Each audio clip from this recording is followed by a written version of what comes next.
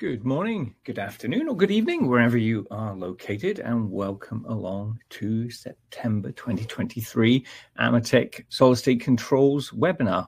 And today we're going to talk about understanding DC system designs, and at the end, we're going to talk about some common misconceptions as well. So as always, the first thing I like to do is make sure that you can hear me. So on the right-hand side of your screen, you will see a chat function. So if you want to click on the chat function and let me know that you can hear my voice, that would be awesome. Because as always, I just don't want to speak to myself for the next hour. So I'll just wait until I can see that you can hear me, and then we will continue.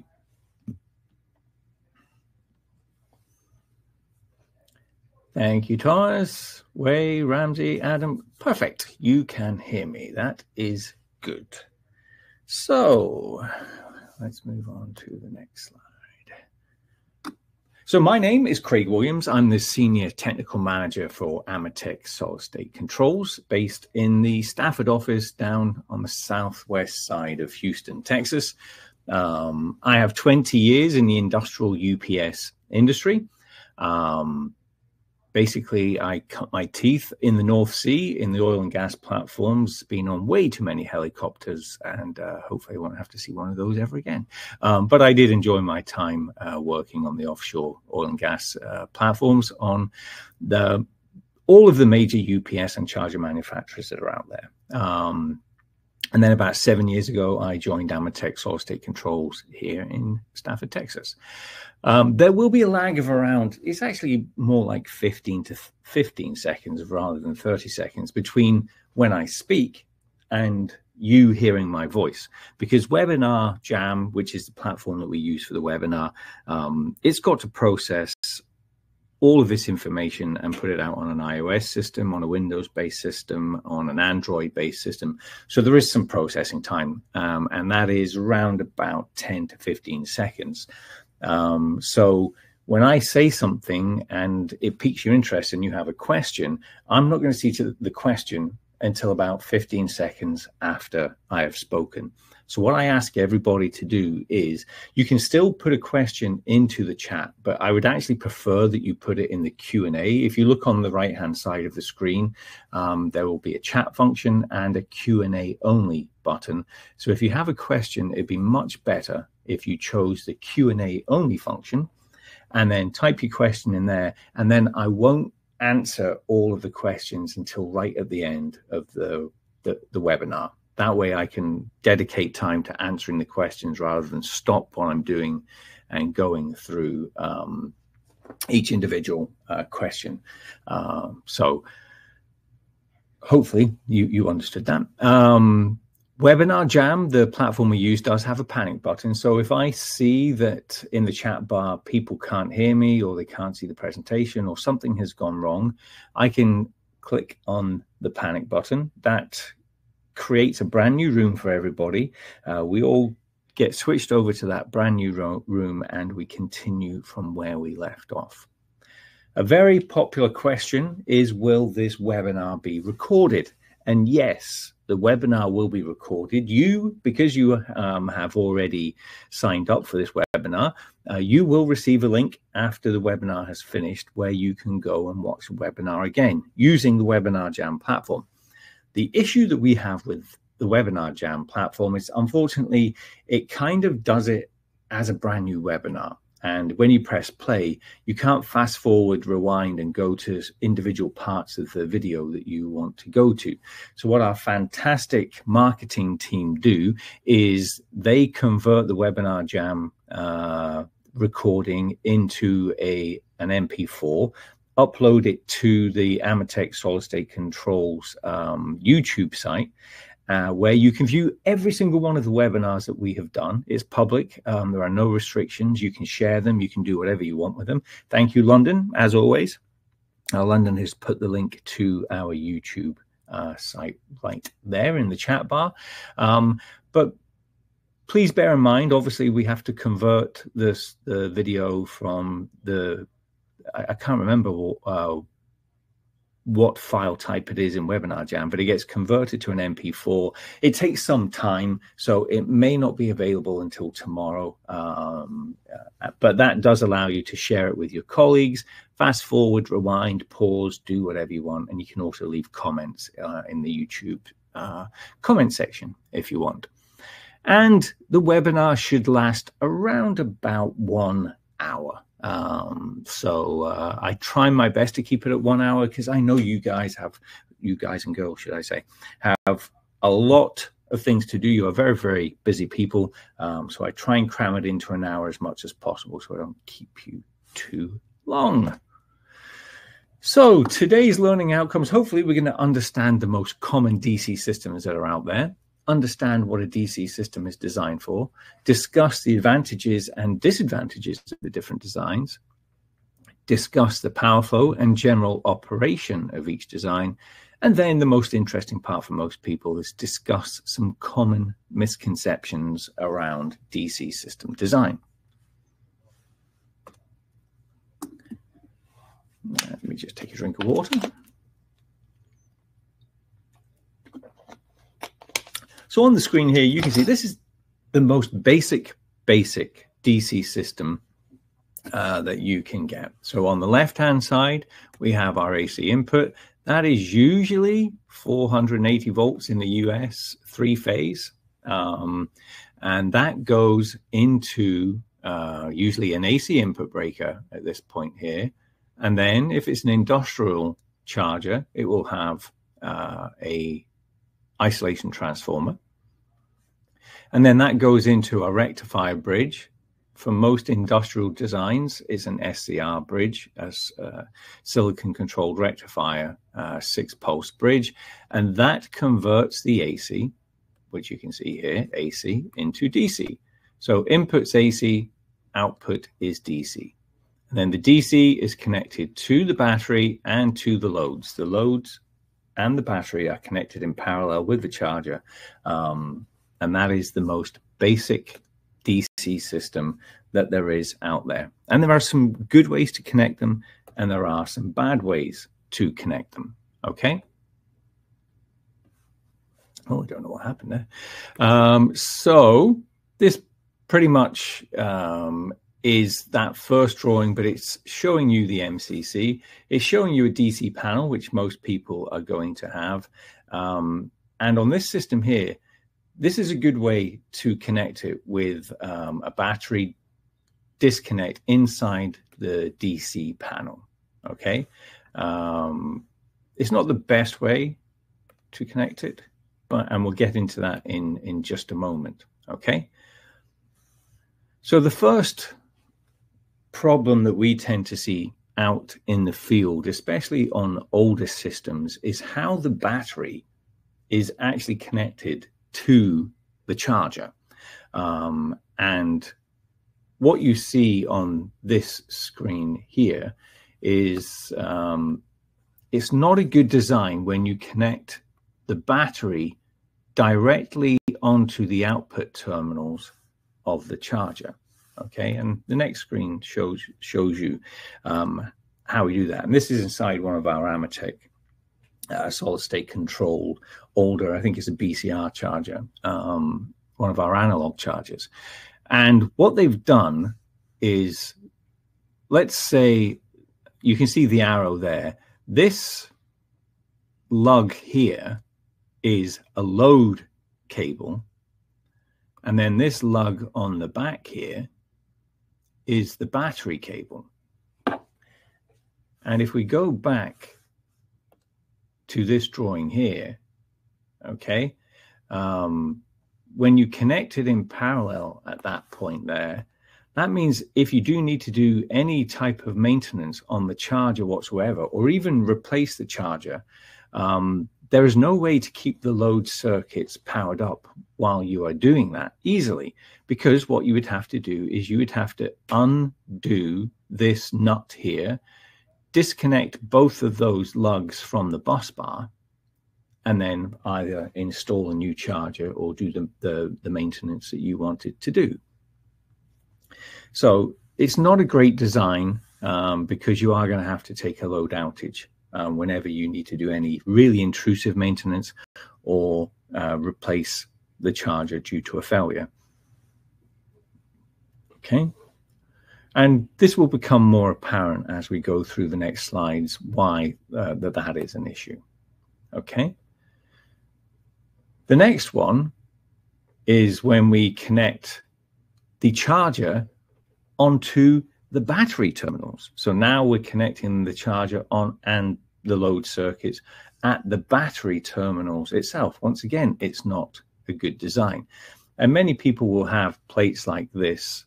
So if you haven't seen it before, this is actually the most positive cell of this battery. And then we have what's called this termination plate, which is connected. The posts of the battery are actually located behind here. Okay. And these have multiple holes on these terminal plates. Okay. And what we can see is this cable lug here is from the charger. And some people, what they do is they will also connect their load terminals on a lug here. And then once again, when you do that, if you need to do any isolation, like if you need to take the battery out of service, if you need to take the charger out of service, it becomes very, very difficult, because it's difficult to isolate these connections because they're all connected in parallel. And there's no disconnect devices that allow you to separate the system very easily. And then here's another example without the terminal plate. Here's the battery post here. We have our charger lug connected here. And what some people do is on the reverse side of that lug, they'll connect their load cables there. And once again, that becomes an issue, because if we need to do a load test on this battery, basically we're going to have to remove that lug so we can connect a load bank to this battery. When you remove that lug, you're removing the load cables from the battery, and it's just not a good situation. So here's the ideal DC system with a single battery. This is what we would deem to be one of the better designs of the system. And that is, you have two chargers in parallel. So first of all, you feed one charger from one MCC, and then you feed the other charger from another MCC. So if one MCC has an issue, a fire, the transformer fails, whatever the issue is, you still have one charger that is supplied by AC power. Okay. And then we have two redundant rectifiers. We'll call them Rectifier 1 and Rectifier 2. Okay. And they are converting the AC to DC, and we have DC here and we have DC here. And you can see this goes into a DC panel, and each of these chargers has a breaker for isolation at the DC panel itself. Okay. So what you can do is, if you wanted to remove this whole system here or do some intrusive maintenance, what you could do is open this disconnect here, open this disconnect at the MCC here, and then there's no power on these terminals here. There are no power on these terminals here, and you can either go in and replace this whole charger, or you could go in and do some intrusive maintenance, and Rectifier 1 would still continue supplying power to your battery, which is also connected with a breaker, and the load circuits are maintained while you are working on charger 2 or replacing charger 2. This is a very good design for a single battery. Okay. And also in this system, if you needed to replace the battery or do a capacity test on the battery, then what you could do is you could open this disconnect here, connect in a temporary battery. We'd always recommend that, and then disconnect the cables from this battery, close this breaker here, so you have a temporary battery supplying, being supplied by the chargers. So if you have a power outage, you still have a temporary battery supplying power while you are working on this battery. Okay, so this is a very good system very easy to maintain with one battery. But we can go one step further. Actually, I'm getting ahead of myself. If you see this system here, this does have a breaker between the DC panel and the battery. There are some extremely critical systems like DC lube oil pumps, anything that protects a turbine while it is slowing down and coming to a halt after a shutdown. Then many of those systems will remove any isolation device between the battery and the load itself, because they don't want anything to trip, accidentally be turned off, that could prevent the lube oil on that turbine getting to the shaft, which could cause millions of dollars of damage if that happened. So some systems don't have the breaker at this point here. But as you can see, the gold star goes to the system here, because we have two charges in parallel like we had on the previous arrangement.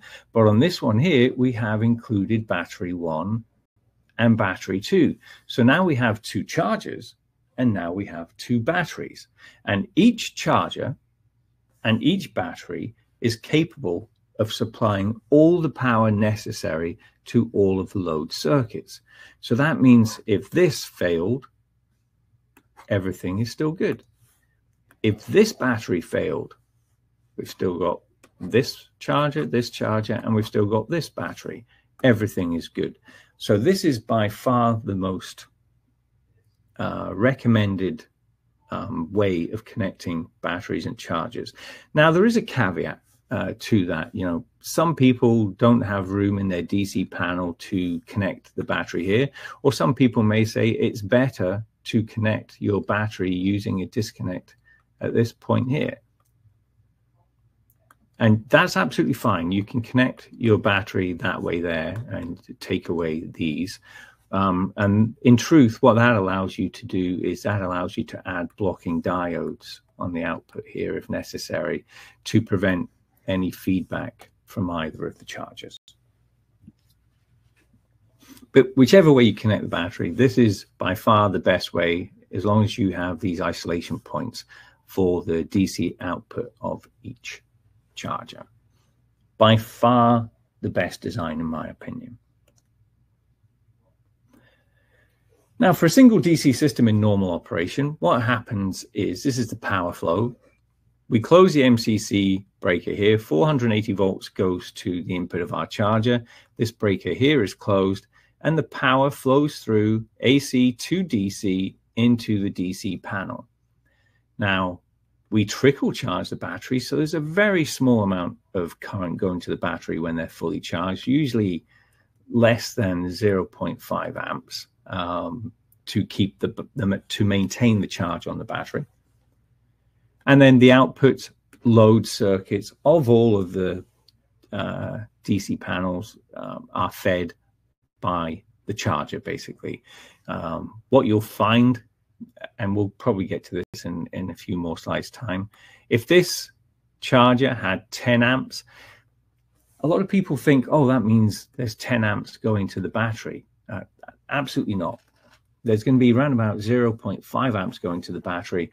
There's going to be 9.5 amps going to the load circuit. So the charger is supplying the power in normal operation to the load circuits. Okay.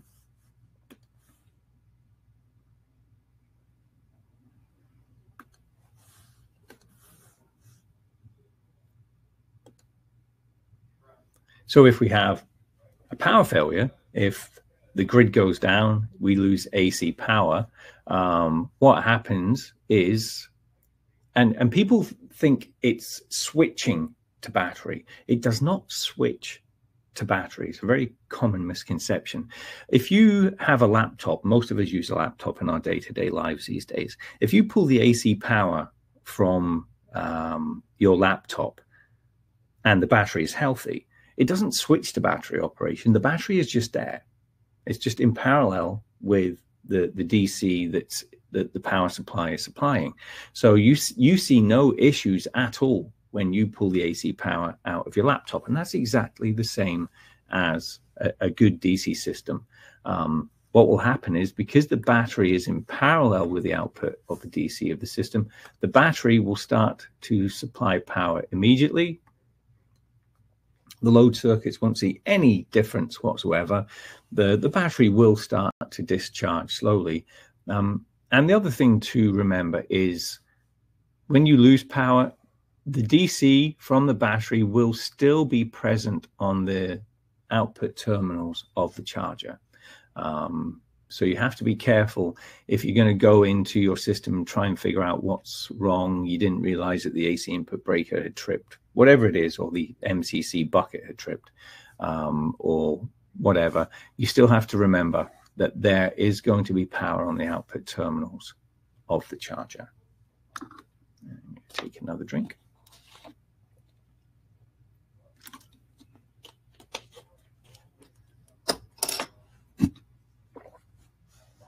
So that's what happens when we lose power. And when power returns, all that happens is the MCC bucket is good again, feeds 480 into the system. The charger will turn on automatically and will start recharging the power lost from the battery, and also the charger will start feeding the load circuits again. So it's a relatively simple setup.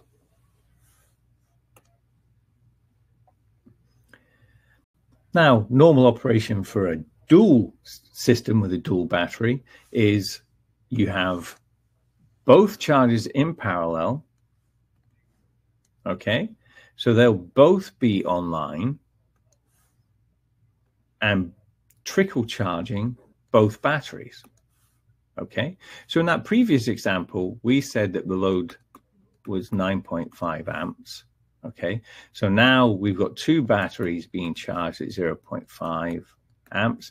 So in truth, the output of both chargers is going to be 10.5 amps. And in an ideal, perfect world, that would mean that this charger was supplying 5.25 amps, and this charger here was supplying 5.25 amps. We are going to get into load sharing in a few slides' time. It is the most contentious issue that I have when it comes to paralleling systems together. So wait until then to ask any questions about load sharing. Okay, so that's in normal operation when we have a dual system. Now, obviously, if MCC2 goes down, let's say the transformer that feeds this MCC goes on fire or has failed, then this rectifier is no longer going to be supplying any load. But MCC1 is okay, so we're still going to have this charger connected to our load circuits. It's going to be trickle charging both batteries. But also do remember that while this breaker here is closed, you will still have power on the output terminals of charger 2 or rectifier 2. Okay. And then if the grid goes completely down, something like a pole outside of your plant fails completely and all grid power is lost, then what will happen is both rectifiers will no longer be able to make DC, and instantaneously the batteries will just carry on supplying the loads without any issues. And once again, bear in mind that there's still going to be live voltage back at the rectifier's output terminals. And when power comes back on, the charger will just start trickle charging the battery. Now, the great thing about having dual chargers, as I mentioned earlier, is if you lotto the bucket at the MCC, if you lotto this breaker here, which was connected to that output terminal there, then that allows you, if you have a severe failure, let's say it's a charger that is not supported by a manufacturer anymore, or it went on fire for some reason and absolutely needs to be completely replaced. Well, you can do that while the load circuits are supplied by this charger here and these battery backups here, you can go in and you can replace this whole charger while the loads are still powered without any issues whatsoever, and replace the charger and then go through the lockout, tag out procedure, unlock everything, and then test the system, and you can put it back online without any interruption to the load circuits whatsoever.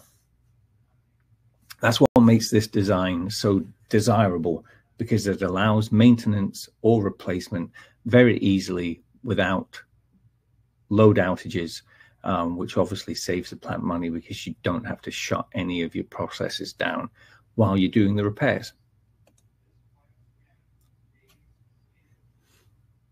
And once again, if you want to do work on a battery, whether it's going to be replaced or tested, all you need to do is lock out, tag out this disconnect here, and then you can do work on this battery because you still have this battery one here available at all times.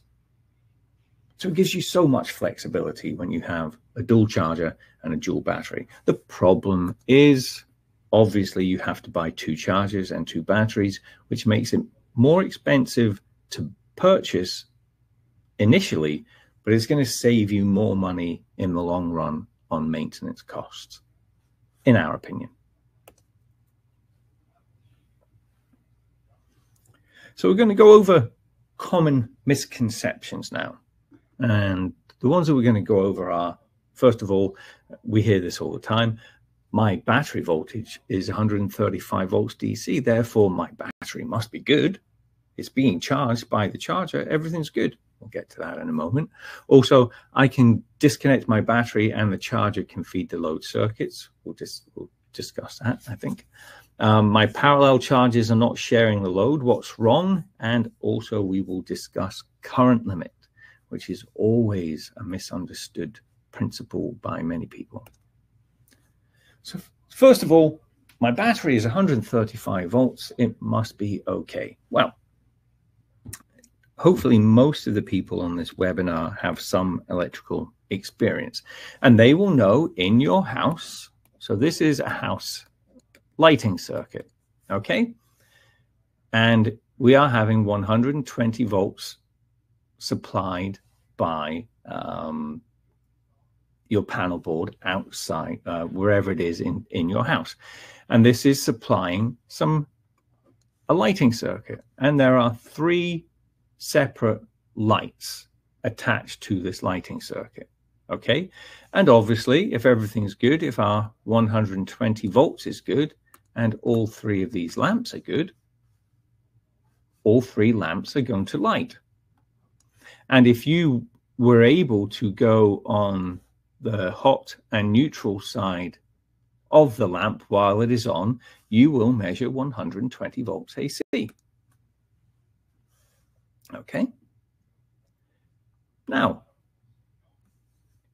if one of the lamps failed, or in truth, what we have done in this picture here is if we've removed a lamp, the other 2 lamps are in parallel, they're still going to be lit. That's it. That's all good. And if you went to the hot and the neutral at the lamp fitting, you will still measure 120 volts. There is still power there. You just haven't connected a load or a lamp at this portion here. Okay? So there is still voltage available. There is just nothing connected at that terminal. Now, what we're going to do is replace that house lamp circuit with, instead of 120 volts AC, we're now going to have a 60-cell lead acid battery charger, which should be set at roughly 135 volts DC. And we're going to connect 3 batteries in parallel. And if we went to the positive and negative terminals of this battery here, we would measure 135 volts DC. I hope you're following me. And if we completely removed this battery, but we still had the terminals available that we can connect our voltmeter to, we would still measure 135 volts DC, even though the battery isn't there, because we're measuring the positive and negative of the charger output at this point. We're not measuring the battery voltage. This is the charger output voltage. It's what's keeping the batteries charged. So hopefully you're going to keep up with me on this one. So now, instead of having 3 batteries in parallel, what you find in most industrial systems is there's maybe 1 battery connected to your charger. So that's what this drawing shows you here. And once again, I want to pay attention to this. We have 135 volts on the positive and negative terminal of that battery. But that is coming from here. It is coming from the charger. Okay, that is where that voltage is from. So if we remove that battery, and with our fluke meter, we measured the positive and negative cables going to that battery, but now we've removed it, we still measure 135 volts DC, because that's what the charger is making. Okay?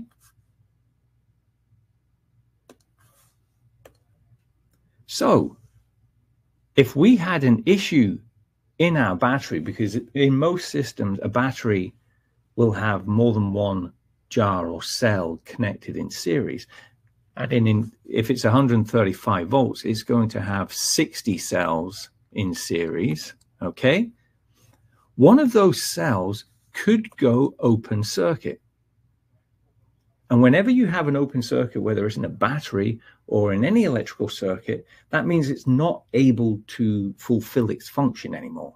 So once you have 1 open circuit cell inside a battery, the whole battery string is out of operation. It cannot work. But remember, we're still going to measure 135 volts DC on the positive and negative terminals, because it's coming from the charger. It has nothing to do with the battery whatsoever. Okay? So whenever you measure the battery voltage, the positive and negative voltage of your battery when the charger is working, all you are doing is measuring the float voltage of the charger voltage that is going out to the battery. Hopefully that explained that misconception.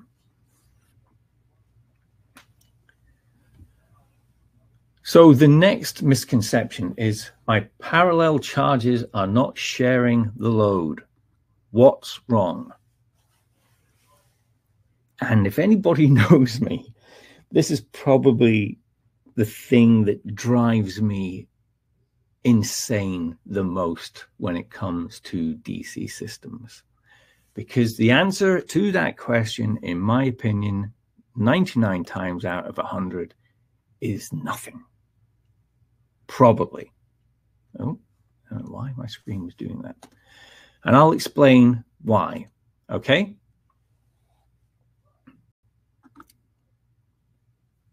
When you have a battery charger connected to a battery, the sole purpose of that charger is to keep the batteries charged at their optimum voltage. Okay? And in North America, for lead acid batteries, it's usually round about 2.25 volts per cell at 77 degrees Fahrenheit. Okay?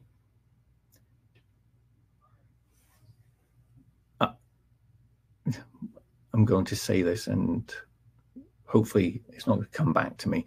But basically, that is the most critical thing. It doesn't matter what the load circuits require, because they should have been designed correctly to work between 105 volts DC and 140 volts DC for a 60 cell system.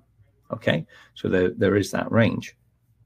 The sole purpose of the voltage setting of your charger is to keep your batteries charged at the optimum voltage to maintain their health and their lifespan. Okay, so for a 60 cell system at 77 degrees, the float voltage should be set at 135 volts. But you've got to remember, there are cables and resistance of connections, and one charger could be further away from the DC panel than the other charger. And when there's current flowing in those conductors, voltage will be dropped. And when you get to this point here, the positive and negative of the battery terminals, there are going to be different resistances between the output of this charger all the way through these cables, through that breaker, down to these points here. And maybe this cable is a much longer run. Maybe it's 100 feet and this one's 50 feet. So to get down to these terminals here, okay? So let's say this one is 100 feet. This one here is 50 feet. And if you set this voltage at 135 volts and this voltage at 135 volts, because this path here has less distance and therefore less resistance to go, this charger here is going to supply more load than this charger here. It just is, even though they're both set at the exact same voltage. It's just how electricity and resistance, basically it's Ohm's law, how it works, okay? So it is nearly impossible to have two systems load sharing correctly with all the different parameters that are involved, okay? So basically this screen here is just going over what I mentioned in that screen before, okay? So the important thing to remember on this one here is what I'm saying is if this charger here is set at 135 volts and this charger here is set at 134 volts, okay? Charger 2 is not going to supply very much current at all. Charger 1 is going to supply all the current, not only to the load circuits, but to trickle charge this battery. But it's okay because it's set at 135 volts. So that means these batteries are being charged at the correct voltage. Okay? Now, if this, I don't know what my next screen is. No, let me go back. Let's say this was outputting 134 volts and this one here was outputting 132 volts. Then this charger here would be supplying all of the load to the load circuits and to the batteries. This charger here wouldn't be supplying very much current at all. But now the batteries are being undercharged because the output is only 134 volts, which is not enough to keep the batteries in a fully charged state. So paralleling systems is very, very difficult. And it's a myth that chargers need to share the loads. I don't know where it came from. I don't know if it was salesmanship from some of the charger manufacturers. I don't know if we were even involved in it back in the day when people have this concept that chargers need to share the load. They don't. It's absolute nonsense that chargers need to share the loads. They have to keep their batteries charged at the correct voltage. That is their only purpose. Okay? And what many people don't understand is that charger circuitry to force load share is inherently very poor at less than 10% of rated load. Because the way that you measure the current out of a charger is through a shunt. And basically, whenever the current flows through this high precision resistor, it creates a millivolt signal. And if there's very, very little current flowing through that shunt, the millivolt signal is going to be so small that when it goes into our circuitry that tries to make the circuit share together, there are inherently going to be tolerance issues and circuitry issues that's going to make it very difficult to force any charges to share when there's a small amount of current. And what you'll find in most circumstances is your charges are connected to batteries, and the main purpose of the charger is to keep the batteries charged. You may have switchgear systems or something else connected to the DC panel, but it's going to be very lightly loaded. So most switchgear systems usually supply maybe between 5 and 10 amps. And if you have a 50 amp charger connected to that, then you're in the realms of what we call, you're in the mud. The charger cannot really, its load circuitry cannot work correctly with that low loads, okay? Also, if you have temperature compensation, which if you need to find out more about that, you can go to our YouTube website on one of our other DC webinars that I've done. Basically, what temperature compensation does, it adjusts the output of the charger with whatever the temperature of the battery is. And if you have two batteries that are at two different temperatures, then one charger is going to have a higher voltage, one charger is going to have a lower voltage. They're not going to share the load. So it doesn't work well with temperature compensation when you have forced load sharing. So the best idea is to set the output of both chargers at exactly the correct float voltage for the battery and leave them. Okay, the way to do that is what I would do. Let me go back to this previous slide. Is I would disconnect charger 2, and then I would set charger 1 at exactly 135 volts, and I would be measuring that voltage with a fluke at the battery terminals, not at the output of the charger. Okay. So I would set my output of charger 1 to 135 volts DC for 77 degrees Fahrenheit for a lead acid battery. And then what I would do is I would turn rectifier 2 on, and I would switch rectifier 1 off, and then I would set rectifier 2 at exactly 135 volts DC measured at these battery terminals here. Okay.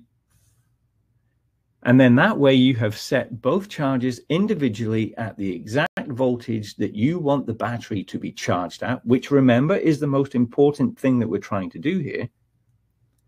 And then when you put them both back on again and they start to share the load, then they are charging the battery at the correct voltage. And if one charger is supplying more current than the other, it doesn't matter. It really doesn't matter. Okay. And if you walk up to a system that are in parallel and one charger looks, let's say one charger has 10 amps and the other charger has 0 amps, and you think one of them isn't working, just press the equalize button on the one that isn't working, because the equalize button will increase the voltage of that system to 140 volts DC for a 60 cell system. And then if you see the current, the amp meter going up, then you know that that charger is working. It's absolutely fine. So that is my rant over when it comes to load sharing. You could probably tell by the way that I speak, I'm very passionate about load sharing because it drives me insane that everybody wants them to share the load perfectly. Just not necessary. And the last thing that we're going to discuss today is current limit. Okay. Now, the misconception with current limit is that somehow the charger is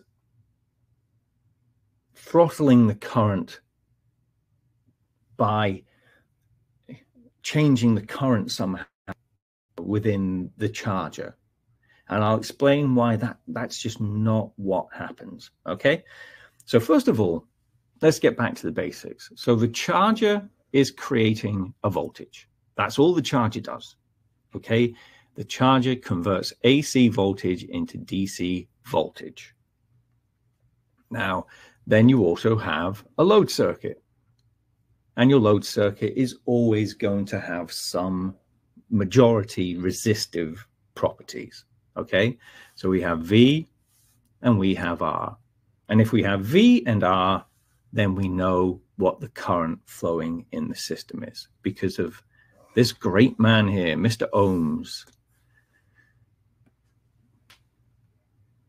I have never, ever had anybody prove that Ohm's law doesn't work. And after how many hundred years, I think we all just have to accept that Ohm's law definitely works. Okay, so to work out the current in this circuit here, all we have to do is divide V by R, the voltage by the resistance. Okay, so in this circuit here, we're going back to this 135 volts for a 60 cell system.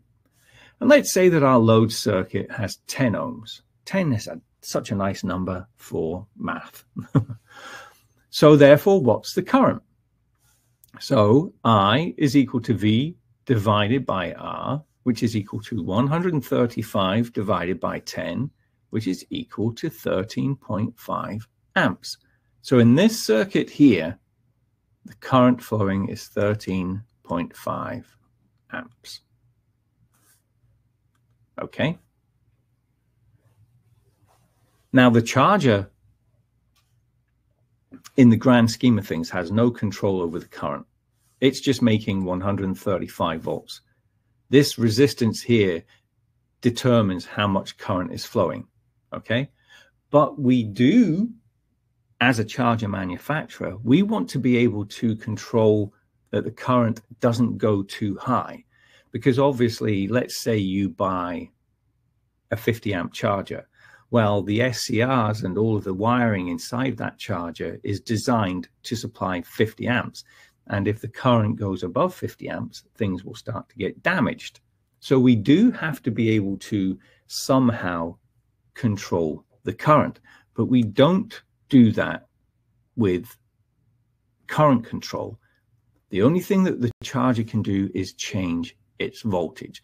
So let's say, I've told you 10 amps is a fantastic, 10 is a really good number for math.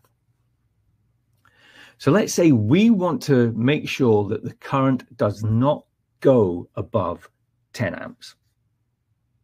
Okay, we're going to keep our resistance of the load at 10 ohms. So we want to make sure current never goes above 10 amps. Well, we can then therefore say, we can work out what the voltage of that charger needs to be to maintain this current at 10 amps. And that would be V is equal to I times R, which is 10 amps times 10 ohms, which is equal to 100 volts. So we haven't changed the resistance here. We want to maintain the current at 10 amps. All we do is adjust the output voltage of the charger so that it is 100 volts.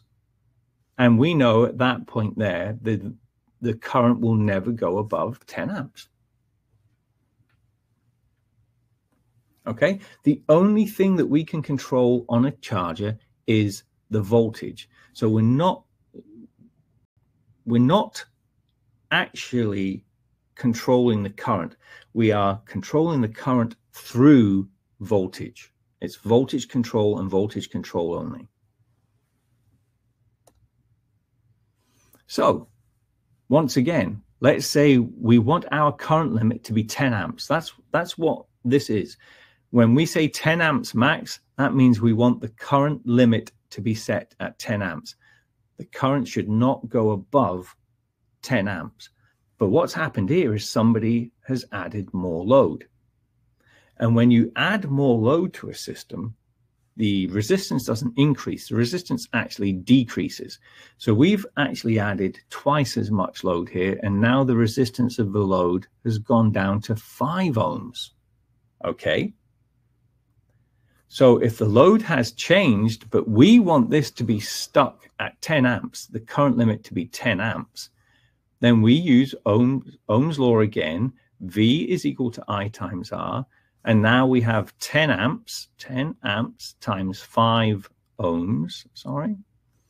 Now we have to adjust the output of this charger here down to 50 volts to maintain the current limit at 10 amps because the load has changed. And that's what current limit does.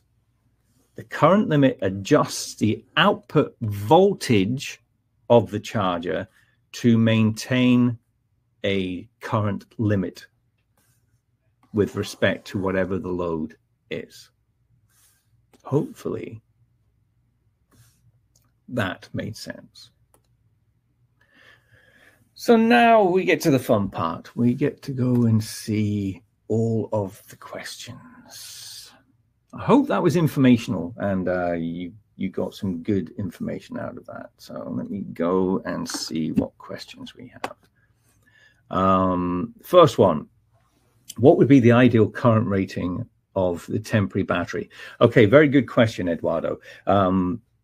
The current rating of the temporary battery should always be the full rated current of your actual battery. So what Eduardo's talking about is if you're going to do a capacity test on a battery, a load test or a capacity test on a battery, and let's say that battery is 200 ampere hours, then your temporary battery should be a 200 ampere hour temporary battery. You have to get a temporary battery that is rated the same as the one that you are testing, because if the crap hits the fan, basically, there's no other way to say it, then you need your battery, while you're doing the test on your actual battery, you want your temporary battery to be able to maintain the circuits that your actual battery was designed for. Very good question. Next question is from Ramsey. Are there issues with parallel batteries of different ages? And the answer to that question, Ramsey, is no.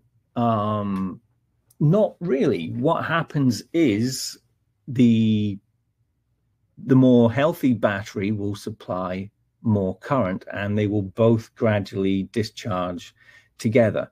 So in the grand scheme of things, there are no major issues with having two parallel batteries. All you'll find is that if one of the batteries has less capacity due to its age, then the overall capacity of the system will degrade slightly because of that battery. But in truth, there is no actual problems with having different age batteries in parallel. Okay, Scott's asked a question here. A steering diode box. Another one of my pet peeves. Let me get this whiteboard up here so I can explain, Scott. Yes, there's a thing called steering diodes or auctioneering diodes. So here's charger 1. Here's charger 2, sorry. And when I draw on my screen, I can promise you it looks better than it looks on your screen. I don't know what Webinar Jam does, but it changes the resolution from what you see. And then we have a diode here, we have a diode here, and then we connect the systems in parallel on the output here. So these are called, some people call them steering diodes or auctioneering diodes. Okay. Now, if the only purpose, and what they try and sell you on steering diodes or auctioneering diodes is, they say, well, they control whichever charger has the highest voltage, they will control that and make sure that it goes in, supplies the load correctly. I don't, it confuses me why they try and sell them like a steering diode, where the system with the highest voltage will steer the current that way. It's absolute nonsense. Basically, if you didn't have these diodes here, let me see if I can erase this. I don't usually use the eraser very much because it It's not conducive to a good picture. Now let's do that. Let me do this. And then if I connected, oh, it's not drawing it anymore. That's why I don't do it. Oh, because the eraser, there we go. So if I connected these without the diode, they're going to do exactly the same thing. If this charger here had 135 volts and this charger here had 134 volts, you don't need an auctioneering or steering diode. It just means more current is going to flow from this one and less current is going to flow from this one, this charger. Okay, so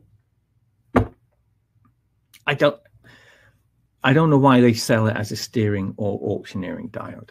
Now, with that said, if you buy it as a blocking diode, then that actually makes sense. So it's still the exact same circuit. We still have our diode here, and we have our diode here, and we have them connected in parallel at this point here. Okay, now if we call them a blocking diode, which is actually what it's going to do, is that makes more sense. So let's say, for example, there is a failure on the output of this charger, and let's say it's actually a short circuit. Something inside the charge, let's call this number 1 and this number 2. Let's say something inside here has short circuited and has a problem. Well, if you follow the power flow, power would flow out of charger 2. Some of that power would go to load circuits, but power would try to flow back into this short circuit from charger 2. But if you had this blocking diode here and the cathode here will not allow current to flow back into charger 1, then that's a good use of a diode. It's not a steering diode. It's not an auctioneering diode. It's a blocking diode to prevent power getting from one charger back to the other charger if there's a failure inside it. And it also helps with some of the control circuits, because also if you had, once again, one charger, and you connect them in parallel like this, then what you'll find is the way that all chargers work is they look at the output voltage with a feedback network. Okay, so there's a feedback network there, and there's a feedback network there. Okay, and it's looking at the output of the charger, and it's trying to control its own voltage by looking at the output. And let's say I'm telling this one to be 135 volts. Okay, the charger looks at this point here, feeds it back into its control circuits and says, okay, if I see that that voltage changes, I'm going to adjust my voltage to make sure that it stays at 135 volts. Well, the problem with that circuit is if this one here goes up to 137 volts, without a diode, that voltage will get back onto that feedback point here, and this charger here will go up to 137 volts, okay? But it thinks it's putting out 135 volts, so it confuses the control circuits inside charger 2, excuse me, and could, in theory, cause it to phase, what we call phase off, because it keeps on saying, I need to reduce my voltage because this one's at 137 volts. And it keeps on reducing and reducing and reducing until it gets to 0 volts, because it's still got 137 volts fed from the other charger. So that's another good reason to put a diode at these points here, because that way that 137 volts can't get back onto that feedback point for that charger. So you hit another nerve there, Scott. Auctioneering diodes and steering diodes, nonsense, in my opinion. Absolute nonsense. Blocking diodes is what we call them, and there's a specific reason for why we should use them. Okay.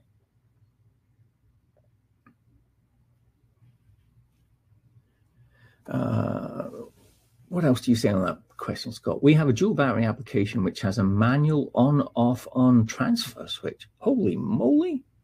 Why would you do that? That's a single point of failure that you don't want to have. Batteries should be connected in parallel. Chargers should be connected in parallel. I don't know why you would do that. You have to go to the off state to transfer the switch. I would have to see the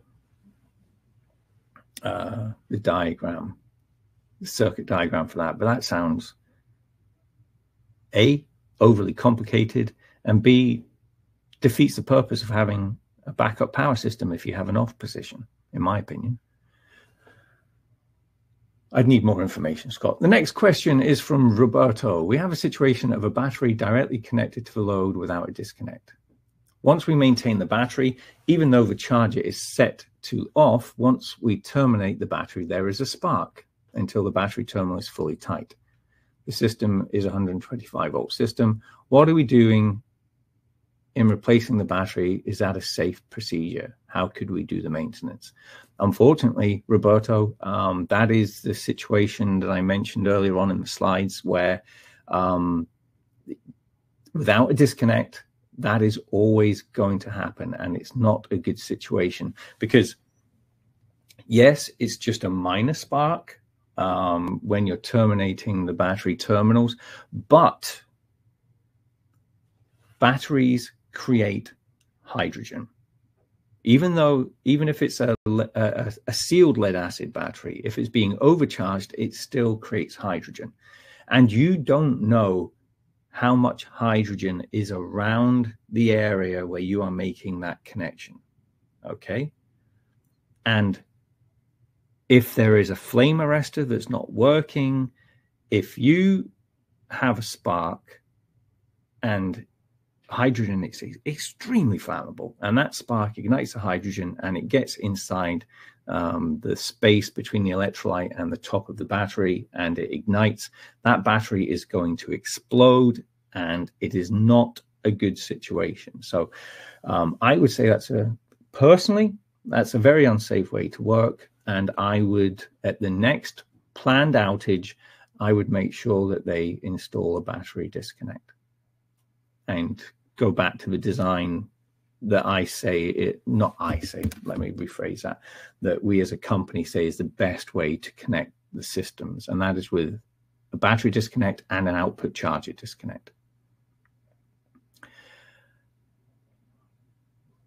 Okay, and a great question from Thomas.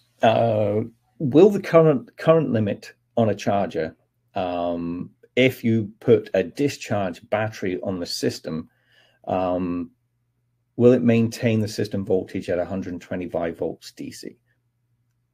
And the answer to that is no, it will not. So if you have a discharged battery and your system is designed correctly for a 125 volt system, the most that battery will discharge to is 105 volts DC before disconnecting, okay, if it has been designed correctly. And therefore, once that battery is completely discharged, the battery disconnect should open and the battery is no longer in circuit. Now, when the battery is no longer in circuit, it has a self-recovery of some form, and it will probably go back up to between 108 and 110 volts within 5-10 minutes. So therefore, when you switch your charger on, the charger comes back on, and like you said, it will go into current limit. And I've told you already, by limiting the current, it will reduce the voltage, but it will only reduce the voltage down to about 108 volts. Which is still within the parameters that your load circuits see as acceptable. So yes, it will reduce the voltage, but it will be within the safe parameters for your DC system. And then what will happen is, as the batteries recharge, the voltage will start to creep up because the resistance of the battery will start to go down as it charges up, and eventually it will come out of current limit. Great question, Thomas. So hopefully that explains that.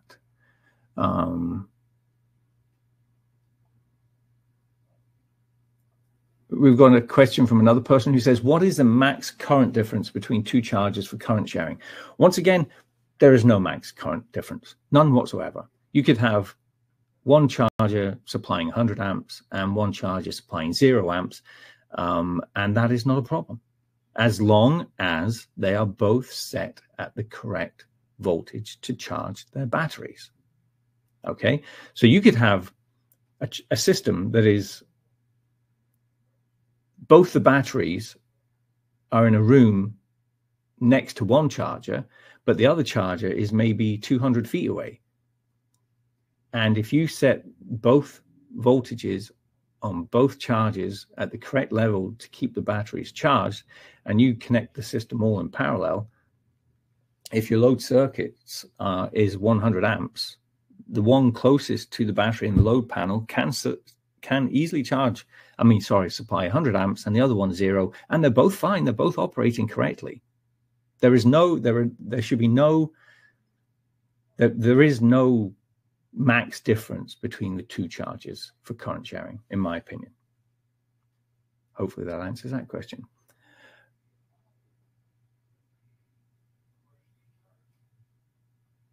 Okay, some of the concerns I've heard with just two batteries in parallel is that the good battery would send charging current to the weak battery. This is in the case of having no chargers online. I'd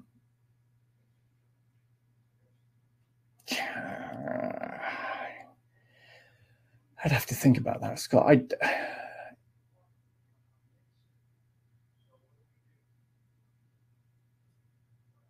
Is that a possibility?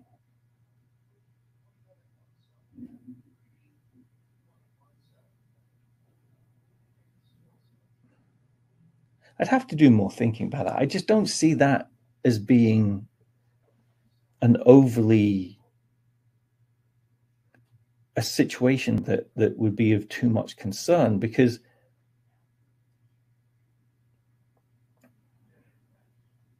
if you have a good battery and a weak battery, in truth, the weak battery would tend to have higher resistance. The resistance of the battery goes up as it weakens.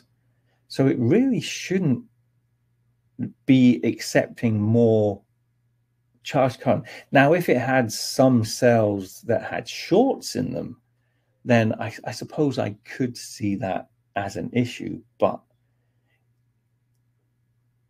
yeah, to me, that sounds like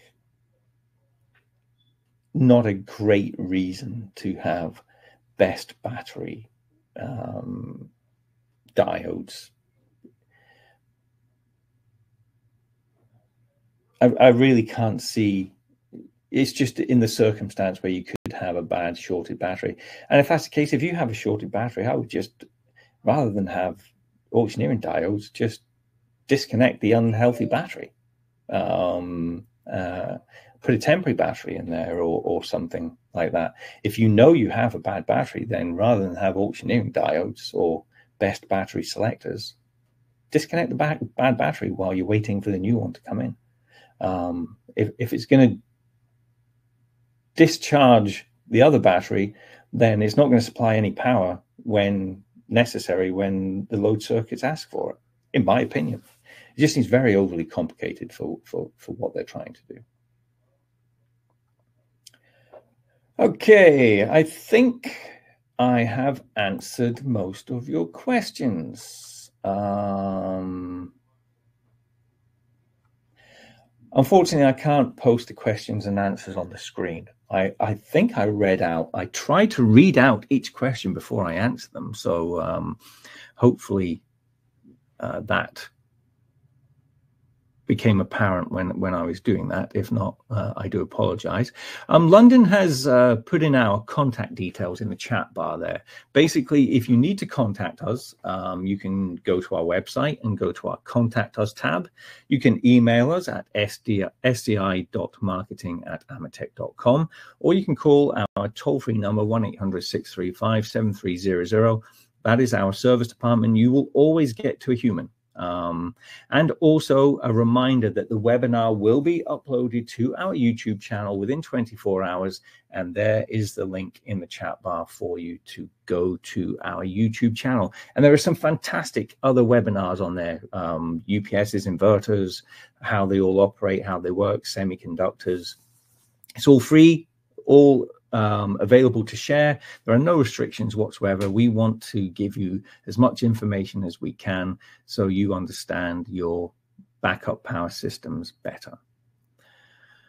So I think that is all we have. Once again, I did run over by 10 minutes. I do apologize, but I do like to answer all of the questions as much as I possibly can. Oh, there is another question come in. The concern from a substation stationary battery point of view is a weak battery will discharge a good battery. In unmanned stations, this can be a real issue.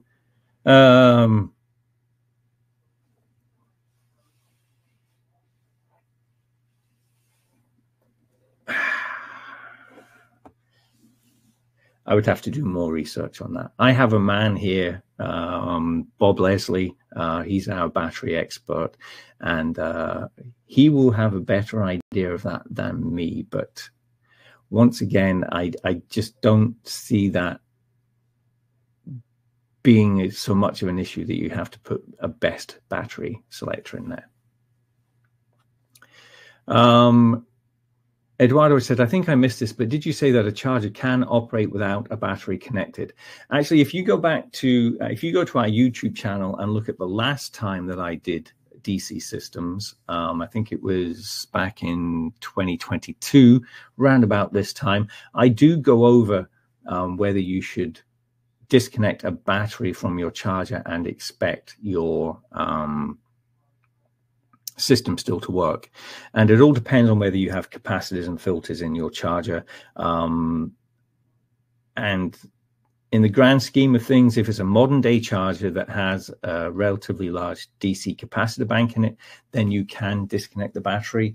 But you have to be very, very careful, because the regulation, in other words, how a battery charger reacts to load being added to it, can cause that battery charger to dip its voltage. And especially if it's something like a DC lube oil pump or the tripping and closing springs on a switchgear system, if you don't have a battery and any of those are called into action, then pretty much your charger is useless, because it can't sustain the power that is required for those inrushes, and the voltage will dip so low that your systems will probably drop out. A short answer, but go back and check one of our other webinars, and there's a more detailed response on that question. And for the person who is asking what is our YouTube website and what is the webinar website, if you go to the chat bar, not the QA bar, the chat bar, all of the details are in there. Okay. So thank you very much, everybody, for attending the webinar. I hope it was interesting. You are going to receive a survey. And once again, if you fill that out, I think it's question 5 or question 6 is, what topics would you like to see discussed in the future? I read every one of those surveys and I adjust my webinar schedules based on those answers. So I know what you guys and girls out there are looking for. So if you have something in particular, a topic that you would like me to discuss at one of the next webinars, please let me know, and I will try and work that in as soon as possible. I really do appreciate your time speaking to us today. Sorry, listening to me today. I hope it was valuable for you. I hope you've learned some things, and I really appreciate you taking the time out of your day to listen to these webinars. I know you are extremely busy, and the fact that you are taking time to listen to what we have to say doesn't go unnoticed. We really, really do appreciate that. So until next time, thank you very much, and I will speak to you again soon. Thanks, everybody. Take care.